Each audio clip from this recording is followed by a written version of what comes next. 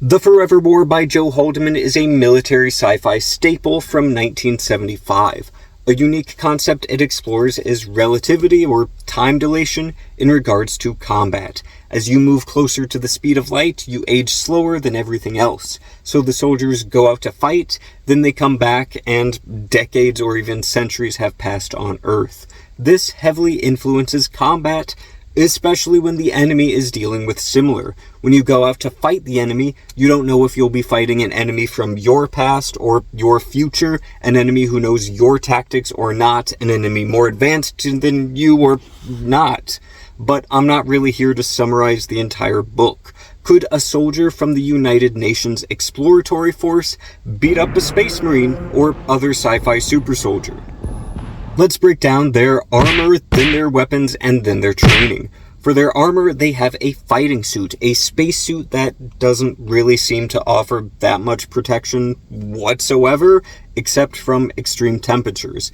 In the entire book, the only battlefield injury prevention quality their suit had was an array of iris doors that can seal off parts that get damaged. I can't recall any instance where the fighting suit prevented the initial damage. But they are far from useless. The very first feature brought up is camouflage, and that could very well be why there's almost no actual armor capacity. In vacuum or a hostile environment, not getting hit is your best option.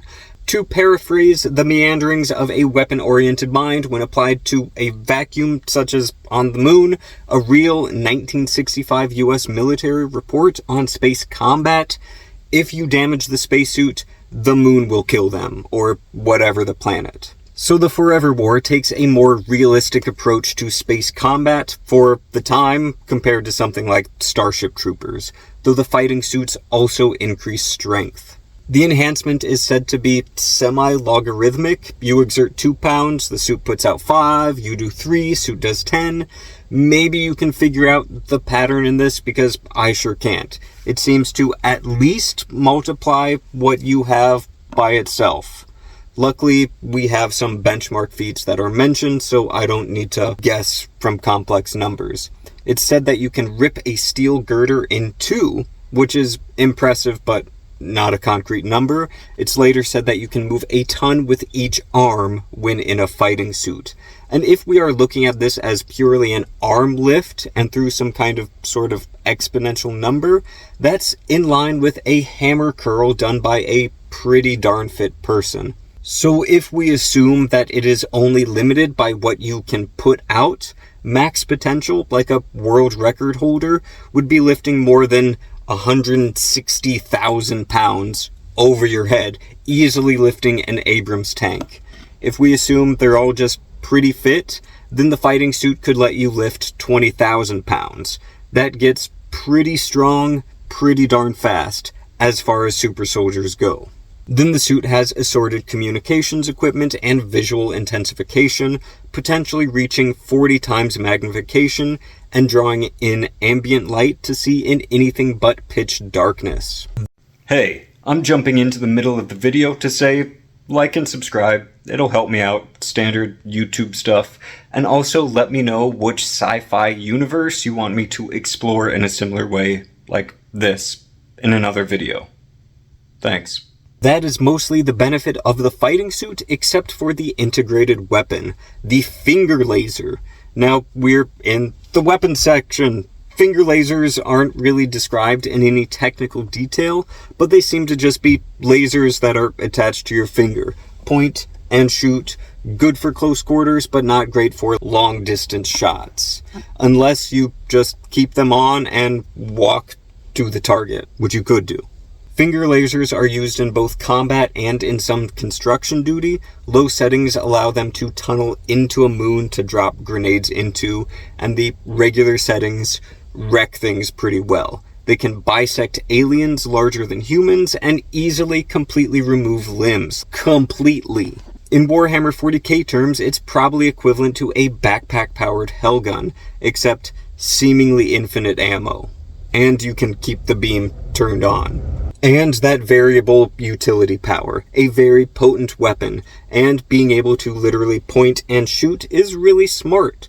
The United Nations Exploratory Force also has some heavy weapons in the form of a grenade launcher and a rocket launcher. It never mentions the grenade launcher's caliber, but we get a ton of fun info from the book. It can be fully automatic, has a 24-round magazine, and fires 500 microton grenades. That sounds really impressive, but 1 microton is like a gram. So it fires an explosive payload of 500 grams, which is really impressive. Modern 40mm high explosive dual purpose rounds have an explosive charge of about 43 grams of Comp A. With that, they can penetrate about 3 inches of steel, and they have a flatline circle of about 10 meters in diameter. It's good. The launched grenades in the Forever War have a charge over 10 times bigger than that. It is almost a fully automatic RPG-7. The Forever War has what people who only get their Warhammer 40k lore from Ticked think the bolter actually is. Pretty much, it's not rocket powered, but same payload. After a time skip, they reduce the payload to let you choose from 1 to 4 microton gram charges, but it's implied that at least one of those is comparable to the older 500 gram one. They're using some different explosive, probably tachyons. It also has a really interesting modification for close quarters. You snap open the barrel and load a magazine of shotgun rounds. The way this is worded makes me think of something like the Metal Storm, that loaded rounds end to end, firing each with an electronic pulse. To quote the book, each shot sent out an expanding cloud of 1,000 tiny flechettes that were instant death out to 5 meters, then turned into a harmless vapor at 6. If we could have that in real life, it would be amazing for personal defense. There'd be almost no worry of over-penetration. Unfortunately, we never see it used in the book in that capacity. The last infantry portable military weapon we see is the tachyon rocket launcher. Tachyons are theoretical particles that can travel faster than light, so they don't really make sense as an explosive, but they are described as quite powerful.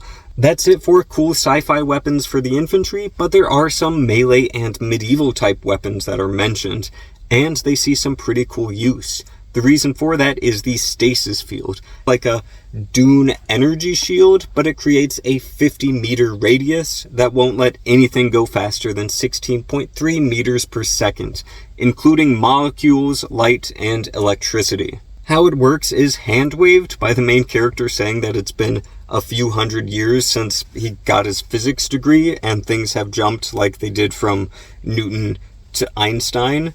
Closest they came to explaining it is mentioning an adjacent tachyon alternate reality. But without a special coating on the suit, your body's electrical functions and your molecules stop. Instant flatline. But with the suit's protection, you can see anything in a ghostly microchrome and fight. Now at first they didn't need to fight when using the stasis fields. 4 buff soldiers would carry the generator and just walk around the enemy base. Any aliens they touched with it just died. But then the aliens got special suits as well and came in with spears. And then the United Nations Exploratory Force started issuing medieval weapons. They have swords, but they're not described in that much detail, though a special mention is given to how flexible steel can't really withstand the G-forces of a spaceship. The comic, which does not portray many of the regular weapons well, they have guns instead of the finger lasers, shows the sword as a relatively short-bladed two-hander with a wide base that tapers to a fine point, without a guard. This is actually a solid design, since a wide blade makes it a great cutter, and the fine double-edged tip will make it very potent on the thrust. However, much like Dune, you would need a unique fighting style to use them in the stasis field. The book doesn't mention this, but a swung blade can move faster than 16 meters per second. So you swing too hard and then the blade would just stop and you probably just pulled a few muscles. You need to develop a new fighting style for that. There are also bows and throwing blades, but not much thought is given to how those can move pretty fast too. Maybe. He never explains the bows beyond saying that they're bows, but you would need a very heavy arrow and a very low draw weight to stay under that 50 feet or 60 meters per second and actually do some damage. We're talking like a kid's bow firing arrows 2 or 3 times heavier than medieval warbow arrows. The throwing blades are a little better. They use Indian chakram blades, circles with rager edges, These weapons, generally being heavier than mini throwing knives, will impart more kinetic energy at the lower speeds required. Although that all might be moot, because you just really need to damage the suit enough. And then the Stasis Field will do the dirty work for you, which again would lead to a completely different style of combat. There are also some spears and a battle axe mentioned, but they're barely described. That is it for infantry portable weapons.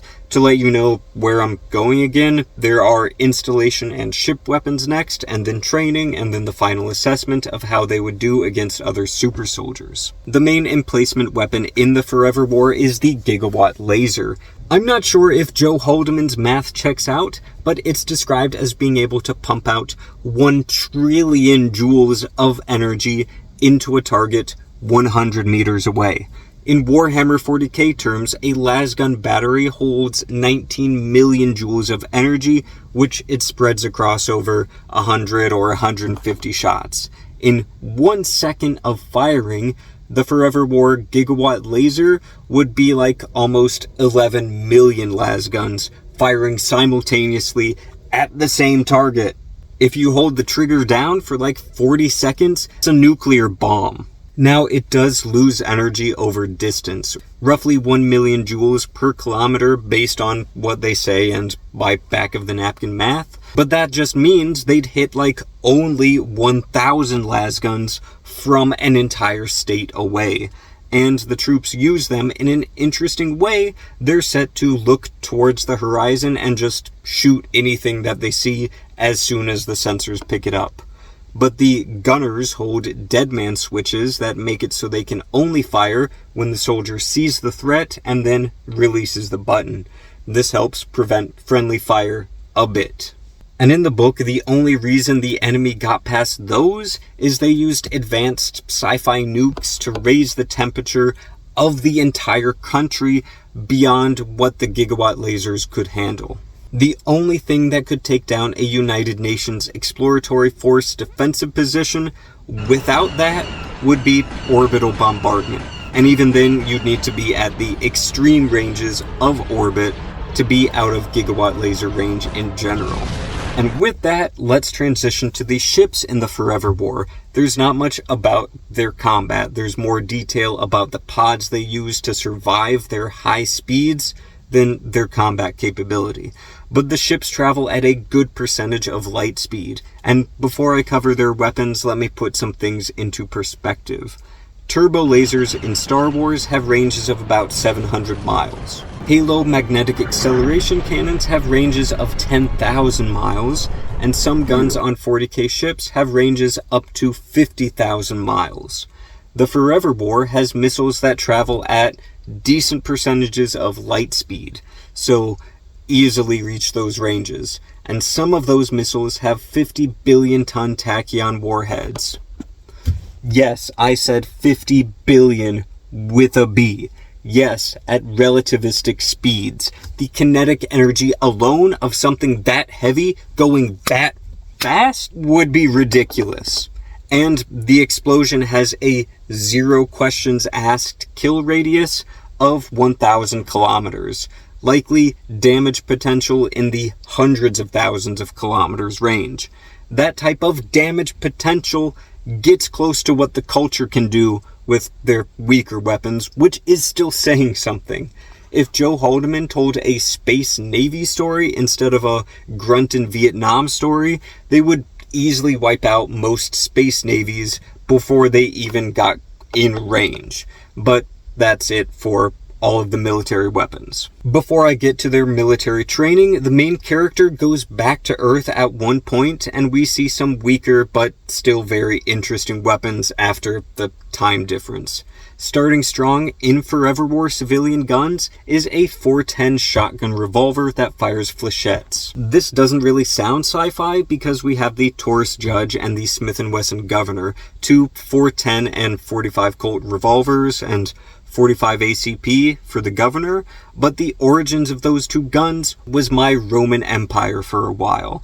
The Judge was the first of the two, but the MIL Thunder 5 predates it by about 15 years, coming out in 1992 as the world's first 410 revolver. However, the Cyberpunk 2020 Chromebook 2 also came out in 1992, and it had the Stein & Wasserman TriStar, a 410 revolver pistol. Like I said, I got a bit obsessed when I noticed this because the Cyberpunk one potentially inspired the Thunder, which went on to inspire the Governor and the Judge. I even went so far as to talk to the current line editor leading Cyberpunk Red, and he wasn't around in the 2020 days, but he checked some notes that he had access to, and it looks like the Thunder did not inspire the TriStar. So for a while I was thinking that Cyberpunk 2020 had the first 410 revolver, and then I reread the Forever War for this video, and they have it, and it's the absolute earliest 410 revolver that I've ever seen mention of, and again, I've looked into this obsessively. And some of the wording on the Cyberpunk notes that the line editor had access to implies that their weapon was inspired by the Forever War. So 410 revolvers are really real-life sci-fi weapons. I know that's a tangent, but it's something that I've been interested in for a while. Anyway, the 410 revolver in the Forever War fires flechette rounds, a bunch of tiny darts instead of pellets. And the few times the gun is fired, it's more like a movie shotgun with a massive spread, taking out a ton of targets than an actual shotgun. Later, the main character picks up a T-16 rifle, something he's familiar with from his time in the military, though it's never really discussed before. It's semi-automatic and fires 3mm tumbler rounds, which seems like an exaggerated version of stuff like 5.56, entering the body, deflecting off of bone and stuff, and then exiting through another area. In the book, one shot is described as hitting the neck and exiting out of the skull, so that's pretty brutal. The T-16 is somewhat suppressed. Overall, probably not dropping a Space Marine, but it wouldn't be out of place in the hands of a Hive ganger or in Cyberpunk or whatever. And that is all of the weapons and armor in the Forever War that are described in any detail.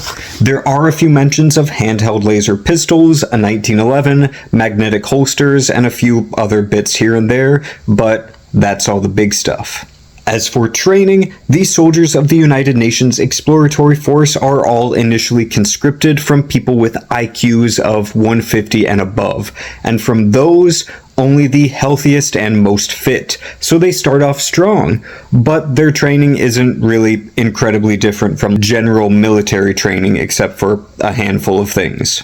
If anything, it's focused more on learning how to use their equipment. Aside from them all being scientists or something, it's not too impressive. They're not like trained in extensive combat drills. But after a time skip, the main character gets something called negative feedback kinesthesia. They throw him in a sensory deprivation chamber hooked up to a ton of electrodes that stimulate muscle and the nervous system. Then they project the entire history of warfare into his head. He throws rocks with cave dudes, hunts lions in Africa, duels fencing masters. He lives through years and years of combat and warfare, all while getting the muscle memory and skills from there. Because the muscles in his nervous system are getting stimulated as well. It's like that scene in The Matrix. I know Kung Fu. Except he learns every weapon, every tactic, and all of military history. Lifetimes of experience in just 3 weeks. That is really good. Not too different from brain dance or chip training in Cyberpunk or the hypnosis that Space Marines get.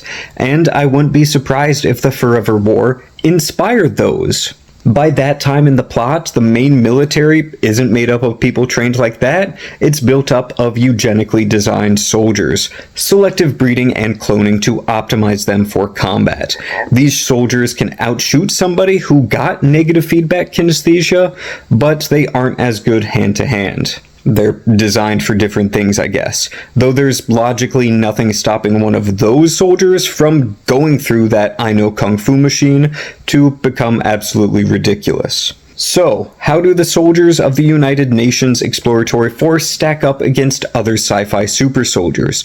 Their weapons and equipment put them well above most standard grunts, and they have weapons and training that can help them keep pace with Warhammer 40k Space Marines or Halo Spartans, potentially even one-shotting them with their finger lasers or grenades. But they are held back by not really having any armor and not having any physical improvements. And their fighting suits aren't as mobile as like a Halo Spartan's. Instead of doing some battle against every super soldier and every weapon combination, I think a UNEF soldier would have a roughly 30 to 40% chance to take on other super soldiers.